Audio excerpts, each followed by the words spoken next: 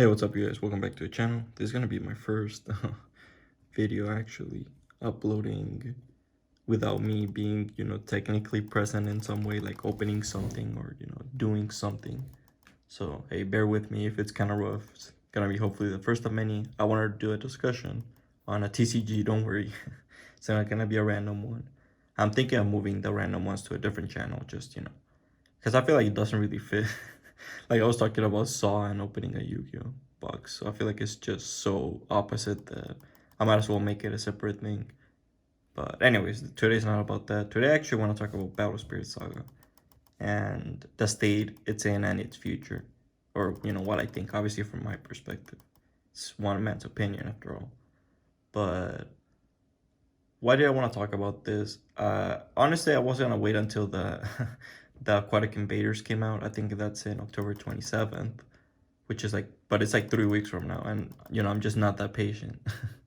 And I didn't really want to talk, but especially since I don't know how many boxes I'm getting, probably two, because of something I'll mention in a bit. I'm not really planning on getting too many, to be quite honest. So that's why I don't really want to, take up the whole video, talking about this. So I rather, make a separate discussion and in the video, just be more positive and focus on the cards. And if I, still have something to say or something more comes up, hey, I can talk about that in the second video. Because I think at least I'll get two boxes for sure.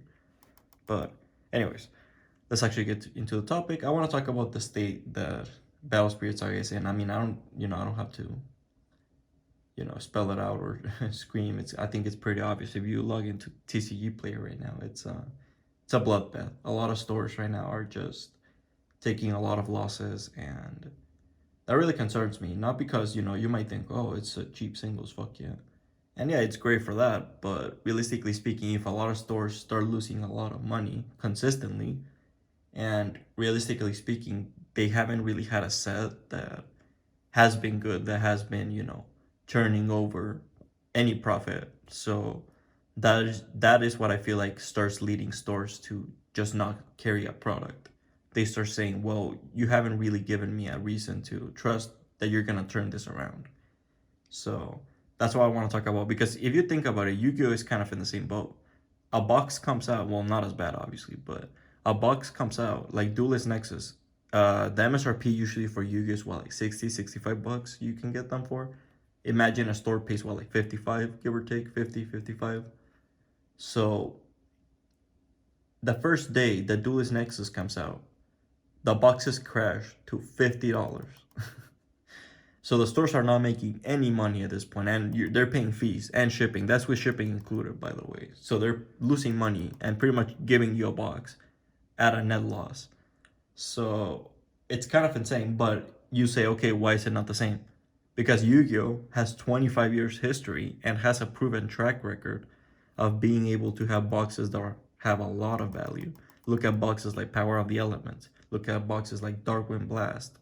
Those boxes that have a lot of value that stores, can turn over a quick profit, sell out real quick. That's what stores want. The last thing stores want is, to have 2 3 cases just sitting there taking space, when it's like, oh well, that space could be used for a product that would sell, or the product that would increase in value, stuff like that. So that's why I feel like a lot of store, why I'm worried, I guess, not feel I get why I'm worried that a lot of stores might start dropping Battle Spirit Saga. Again, I'm kind of hoping that they give it a chance, that they listen to the changes that Bandai has promised, because there's been, a lot, which I will talk a lot, about in a bit. And sorry, I was holding that one in. But anyways, like I was saying, I want to divide this video into two parts actually. The negative part first, just to get it out of the way, and the positive part at the second part, just to end this on a high note. Like I said, I don't really like just, oh, I think this is wrong, this is wrong, this is wrong, this is wrong, this is wrong. And it just, turns into a whole ass rant, and you're not really offering like a solution or anything. And I feel like I don't really like that. I don't really feel like that's productive, especially like I said, for a game that I feel like needs, that help in the growth or whatever, in pretty much any way that it can. So I kind of want to give my opinion on that. And first, I want to talk about why I think it's in the state that it's in. And I want to mention two reasons. The first one is collaborations. I think they've been done pretty badly, to be quite honest. In the first three sets, I'll include the third one, fuck it. But in the first one, I mean, the first one there wasn't any. But in the advertising leading to the game, they sent boxes to Avril Lavigne, which I'm guessing wasn't cheap, for by the way. And it just makes you question, which I'm pretty sure they got a bunch of shit for in the community, like, lol, what the fuck. But it just makes you question, like, why? What is the purpose of these kind of collaborations? Because when you think about a collaboration, I think the idea is to bring people into your IP and say, huh, let me check it out. Let me buy a box. Let me buy product of you. Not just, oh, cool. Let me see it. And it's like, okay, well, did you make any money from that? No, not really. So what was the point? So I feel like fans of Avril Lavigne, I feel like very few, maybe some. If you're an Avril Lavigne fan and you're watching this, I mean, hey, shout out to you, I guess. But I feel like there's very little crossover. And I feel like that kind of is the same issue with set 3. Set 2, I feel like they did good, but set 3, I think they're doing like a Game Grumps collaboration, which I don't have anything against them, don't get me wrong. I watched maybe a couple of their videos. I'm not really like a fan or anything, but I feel like it's just such a weird collaboration that it's like, who are we targeting here? It doesn't really make too much sense to me. Set 2, like I was mentioning before, I feel like they chose a right IP. They did good on that aspect. It's a, proven IP that people care about, anime fans love. Guess what, Bandai?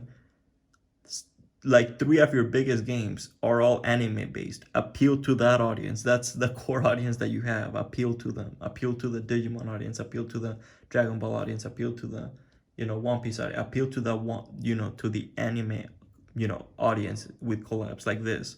Gundam was great. However, here's the issue. You would think, oh great, they did Gundam. They saved Battle Spirits. Well, RIP, they implemented it so greedily that you might as well just, bet your money, make your double your money, and just buy the fucking card. It's insane how greedily it was. You would think, okay, it's a collaboration, right? The whole idea of a collaboration would be to celebrate the IP, to give you that card so you can see the IP, so that you're celebrating it. That's the whole idea. That's why you paid for the IP. You would think, at least. But no, it turns out that they made them only 7 cards, first of all, or like 8 if you count the box topper, I think. And they made them so hard to pull. I think it was like 3 or 4 per case, assuming it's 4 per case, being generous. Assuming it's 4 per case, you have a 25% chance from getting it, assuming it's from a fresh case. Those are horrible odds. And then you have to divide that 25% chance by each of the 7, in case you only wanted 1. If you only care about getting any Gundam, then fuck it. It's a 25% chance. But if you wanted a specific one, why the fuck would you buy a box? And that's why I feel like the prices crashed so hard, that despite having value, the Gundams have value. If you look it up right now, pretty much every Gundam has pretty good value, like 40, 50 bucks. But they're so hard to pull that people are just not bothering buying them. The people who wanted a Gundam pretty much bought them from singles, most likely. Or if they pulled it, yeah, they got lucky. But most people will have to get them from singles, just because how hard they made to pull them. I feel like what they should have done instead is just made all the SPRs, just instead of having SPRs, just make them the collaborations. That's what I thought initially when I opened my 2 boxes initially, because I got 2 Gundams. So I got extremely fucking lucky, apparently. I thought that was the thing that they did, that they replaced the SPRs with Gundam cards, and I thought that was cool. You're getting guaranteed, what, 1 per box, which I'll talk about right now. So you're getting guaranteed 1 per box. That's great. That, I feel like that would make people actually want to buy the box and say, okay, well, I'll take a chance. Let me see if I can get a Gundam. Let me see which one I get. Let me see if I can get the one I want, and I can get it cheaper than, and I can get a couple other cards and maybe cheaper than, buying it as a single.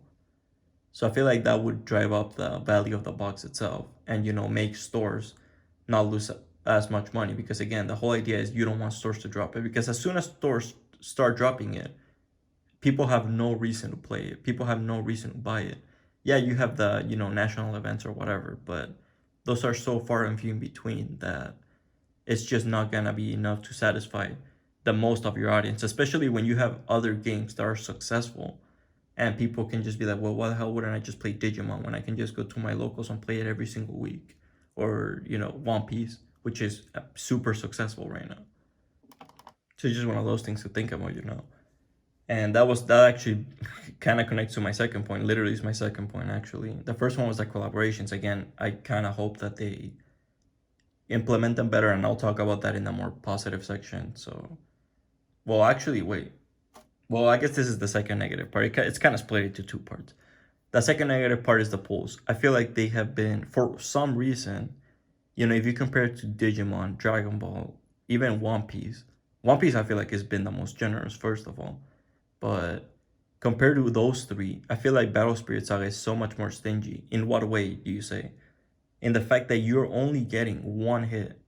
And actually, ironically enough, in False Gods, they actually had the fucking gall to include dead boxes.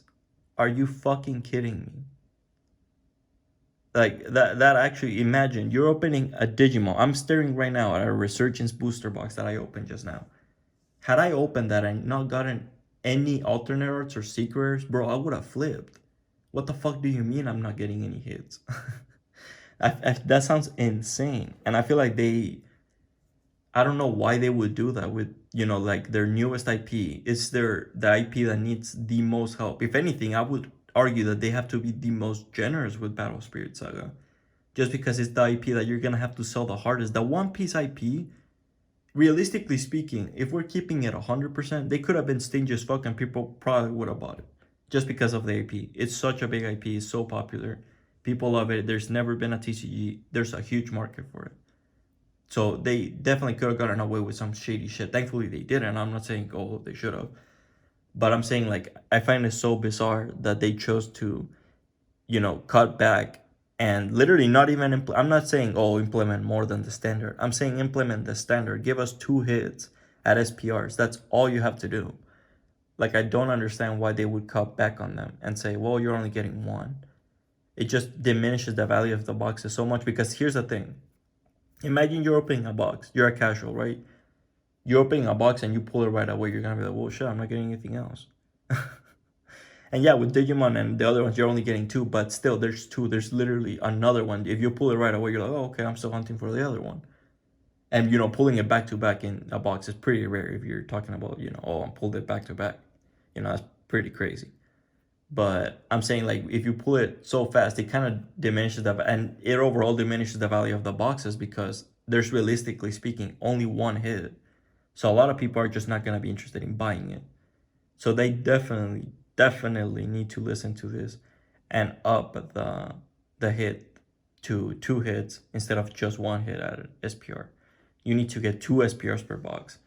And the Saga Rare, I find it crazy that a card that is one per case, literally a similar situation to, what would it be, in Digimon it would be a similar situation to the, what's it called, the golden cards, typically, or in the most recent one, Royal Knights, there you go, the coded ones, for example, what's it called, Burst Scream one, I think it was, the fire one, that he had like the red numbers in the background, that one, what's it called, I think it was Magna Drummond, I think it was. The blue one that had the blue numbers in the background. It was Rosemont Burst Mode that had the green numbers in the background. Those special cards. Those one per, well, not even one per case, they're not even guaranteed. But typically one per case, one every 2 cases type of cards. The Saga Rare are worth less than some of the Gundams. And here's the thing, and that's the funniest thing. You would think, well, why? It's harder to pull, right? No, it's not, because you're guaranteed one per case, and there's only one Saga Rare. That's why I feel like they're doing wrong. They need to implement 2 Saga Rares to actually make them more chaseable. And yeah, that's fine. You can keep them guaranteed one per case. That's fine. You don't have to make them, you don't have to be a scumbag about it. You don't have to take the guarantee out. But you definitely need to add 1 or 2, kind of like Dragon Ball has 3 secret rares, or have 2 at least. I'm just saying have 2. I think 2 is the ideal spot, because 3, usually if there's one that's broken, then it kind of spirals out of control. But I feel like in this case it doesn't really matter, because in Dragon Ball the issue is they're unique. That's super fucked up. You have to literally get them and just suck it up. But in this case, since they're alt arts, I mean, you can make them as rare as you want. I don't care. They're alt arts. So, and especially if it's a saga rare, like they're supposed to feel rare. So I definitely feel like 2 or 3 should be the, sweet spot. They definitely need to increase it again, and just adding overall value to the boxes as well. Like the God rares helped Dragon Ball a lot when they started, doing them. And, obviously not nowadays with the whole reboot thing and now. And boy, if you want to talk about a negative rant, I didn't upload it, but boy, if you want to talk about a negative rant, there's one. If you're interested, let me know. But anyways, so yeah, that's my two main concerns with Battle Spirit Saga, that collaborations have just been done really strangely. They have either picked really weird collaborations that I don't really feel like, utilize the whole purpose of a collaboration, bringing in new people. I feel like that there's not really those two collaborations that I mentioned, the Game Grumps one and the Avril Lavigne one. They were so like they feel so out of place. Like I just don't understand. But the Gundam one was pretty good IP, but then they implemented it like shit. So they definitely need to work on choosing better collabs and how they implement them once they choose them. So that's a huge thing because again, collabs are a huge thing, and especially you have to consider this is the one Bandai game that has collabs. I don't think Digimon, One Piece, or Dragon Ball are gonna have collabs. So you have to consider that. So that's kind of huge. So they definitely need to utilize that to their advantage. You use Godzilla, use these things that have been proven in the other Battle Spirits. Hell, use a fucking uh, Digimon.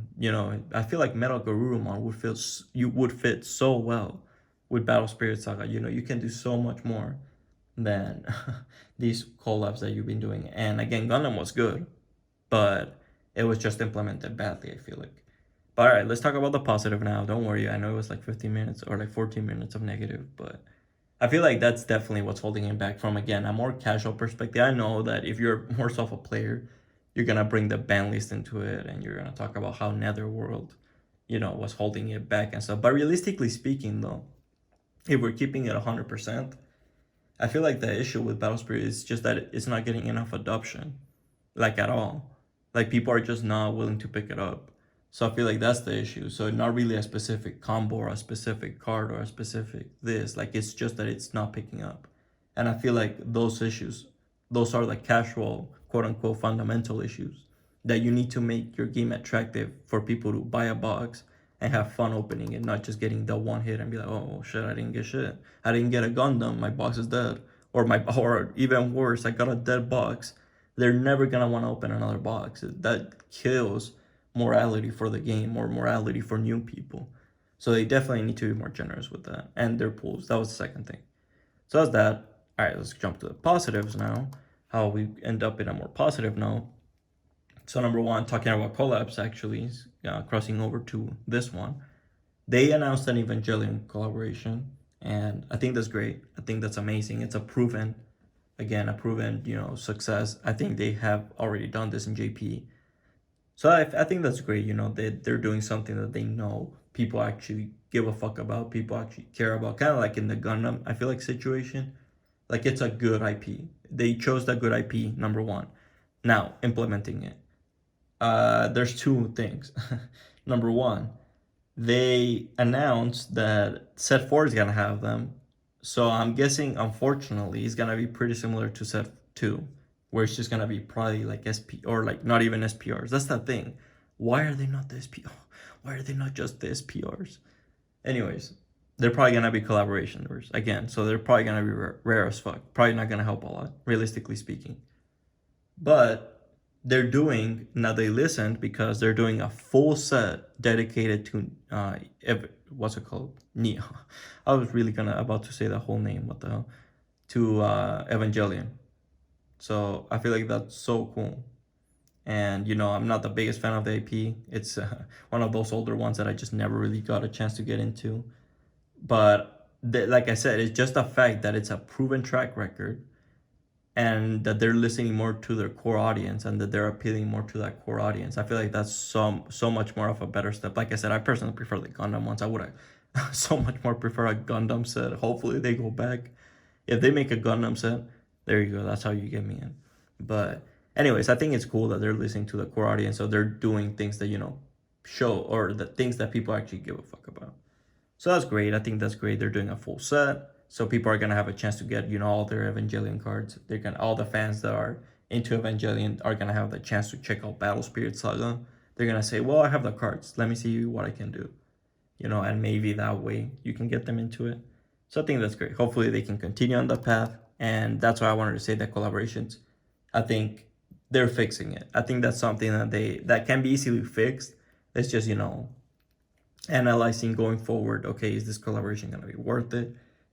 And like I said, I think they should stick more so towards those anime collaborations. I think that's where, like I said, especially Bandai being known so much for that, anime, especially from that anime community. Sorry, I keep seeing a fly near me. It's so fucking annoying. It's just flying around me. Anyways, those Bandai, that Bandai community, they pretty much have it. Like, I think they have most of those games, right? Digimon, Dragon Ball, One Piece. Yeah, they have pretty much most of the big IPs. Like, if they had a Bleach card game, they pretty much have the big three as a card game. That's fucking, and their dad being Dragon Ball. That's fucking crazy. So they definitely have that, anime juice. So I feel like they definitely should start focusing on that and marketing towards that and making them full sets. That is huge. Or if you're gonna make them collabs, like collaboration rares, that's fine. Just replace the SPRs and give us 2 per box. It's not hard. And then the second thing that I think they were doing better is they are adjusting the pull rates. Actually, they actually listened, and well, that we know, the only thing that we know, I think, is that they added another Saga rare. So hopefully, and this is huge, fingers crossed, hopefully that means that, first of all, obviously from a more practical perspective, that the boxes are gonna have more value. And I know that sucks, Obviously, who doesn't love $20 boxes? But realistically speaking, again, the whole point is you don't want stores to drop you. So hopefully that will drive up the price a little bit in boxes. Stores can make a little bit of profit so that they actually want to keep the game around. They don't want to just drop it at the first sign. I'm pretty sure a lot of stores already dropped it, unfortunately, but hopefully that can happen. And again, it just makes it a lot more fun to open the box if you're getting 2 SPRs. If you open a Saga rare, you're like, holy shit, this is a crazy ass pull. And now you can get 2 of them. You're not getting the same as everyone else. You have a chance of getting a different one. And yeah, it kind of sucks if you if you only like one. But I'm just saying, realistically speaking, I think it's for the better of the game. Again, I would be fine with 3. Maybe trying 2 at first, I think is good. Maybe just seeing how it goes. But I think 2 or 3 is a pretty good healthy spot. I think once you start adding like Wise, when they have like a bunch of signed cards, that's when it starts getting kind of crazy. But if you only have like 3 or like 2 or 3, I think that's fine. And again, since they're all thirds, I feel like that's not really that big of a deal. Like in Dragon Ball, that's a fucking insane issue. But I feel like in Battle Spirit Saga, they can kind of get away with it. So, hey, there you go. So that's the 2 positives.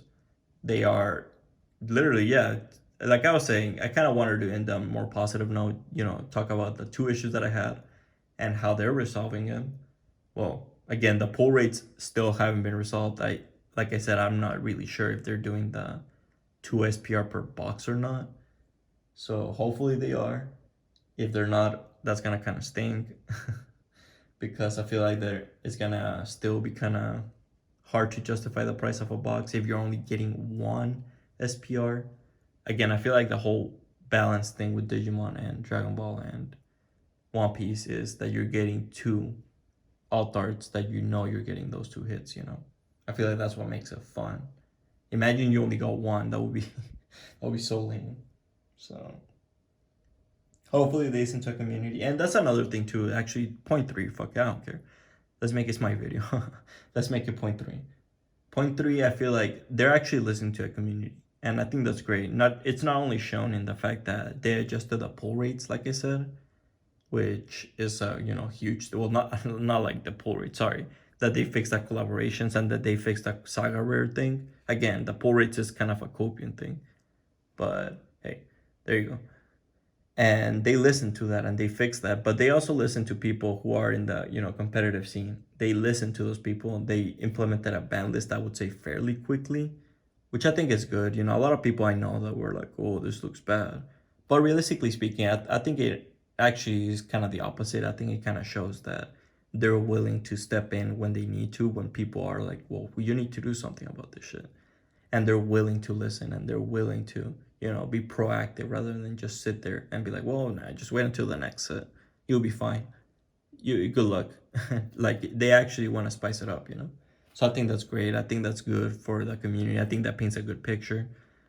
And again, just the only hope is that upon seeing these changes, the stores that, you know, have lost, I'm guessing a bunch of stores, you know, more stores. I was gonna say, do I think more stores have lost more money than made? Yes. So yeah, hopefully those stores that, you know, have lost money, set one and two, and unfortunately set three as well, you know, realistically speaking, just, you know, keeping it real. Like I said, that collaboration, I don't think is gonna help bump it up, and it's showing, because if you go to TCU Player right now, uh, you're gonna find set $3. I think I saw it for like $55 already, so it's not great.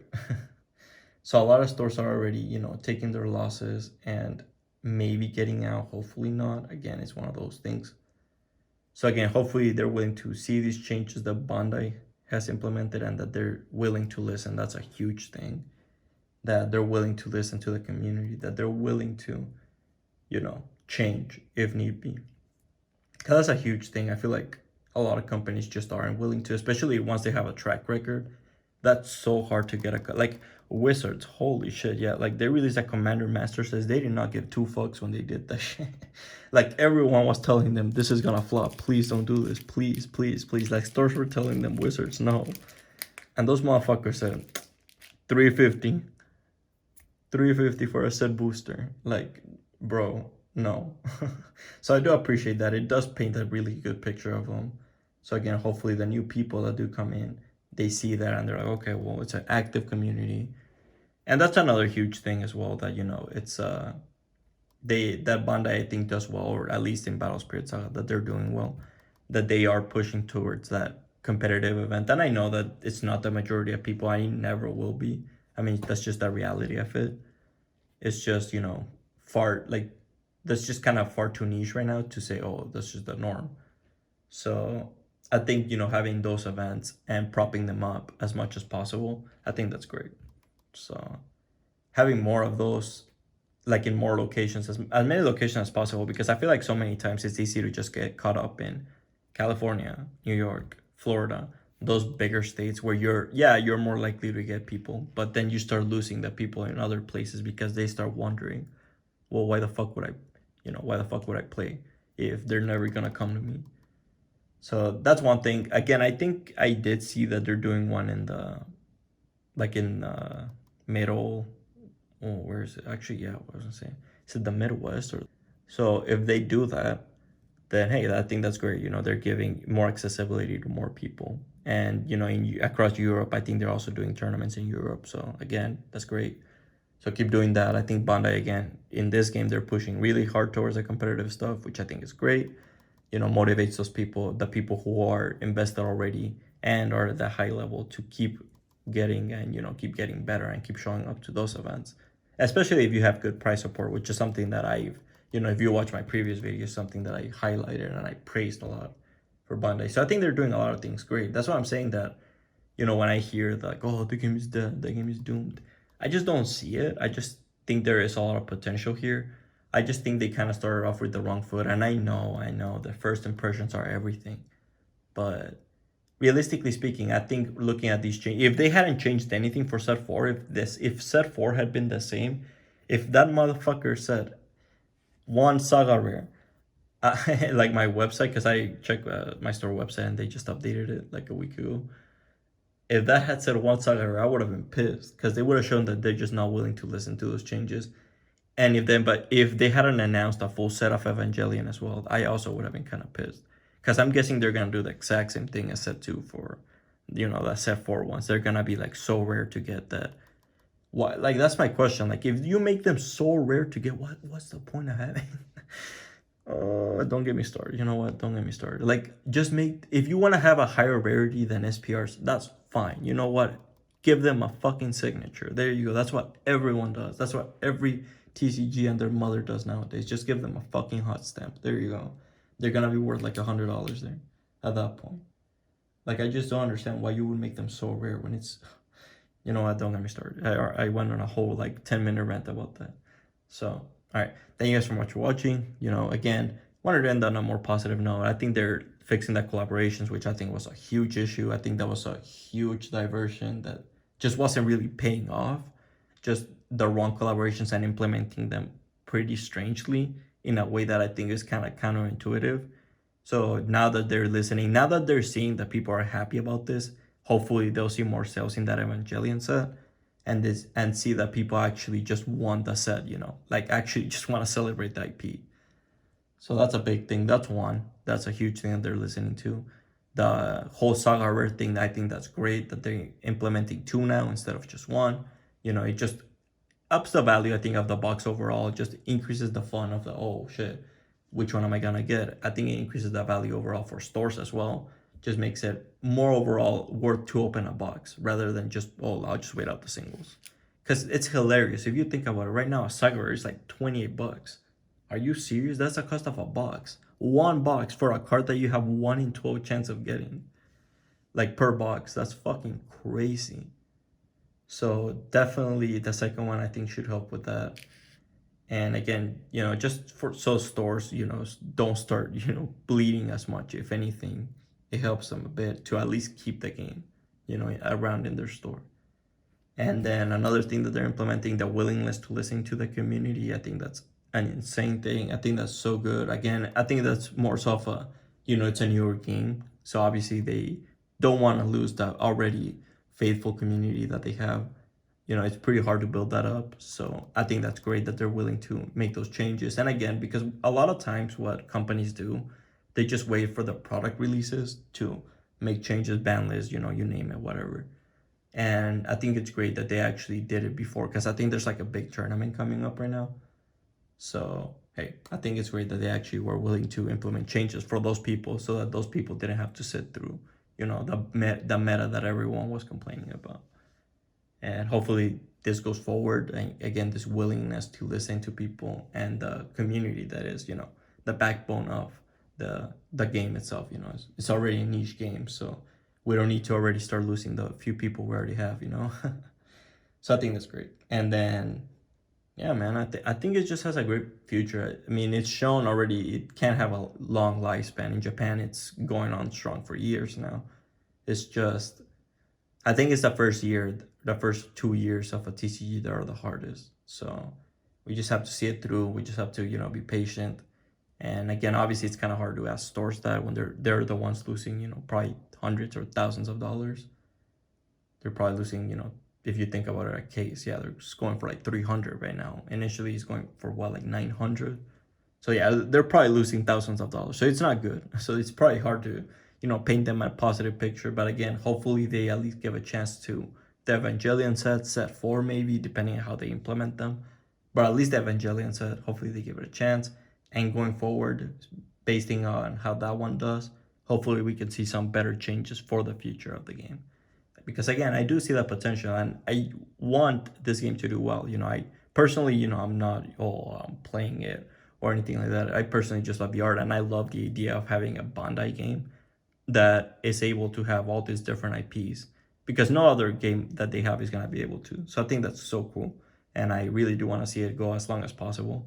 So, hey, if you're interested in more Battle Spirit Saga content, I'll definitely be, like I said, well, I kind of spoiled it, be uploading that Aquatic Invaders booster box, and hopefully 2. Again, I'll see how many I get. But hey, stay tuned and see you.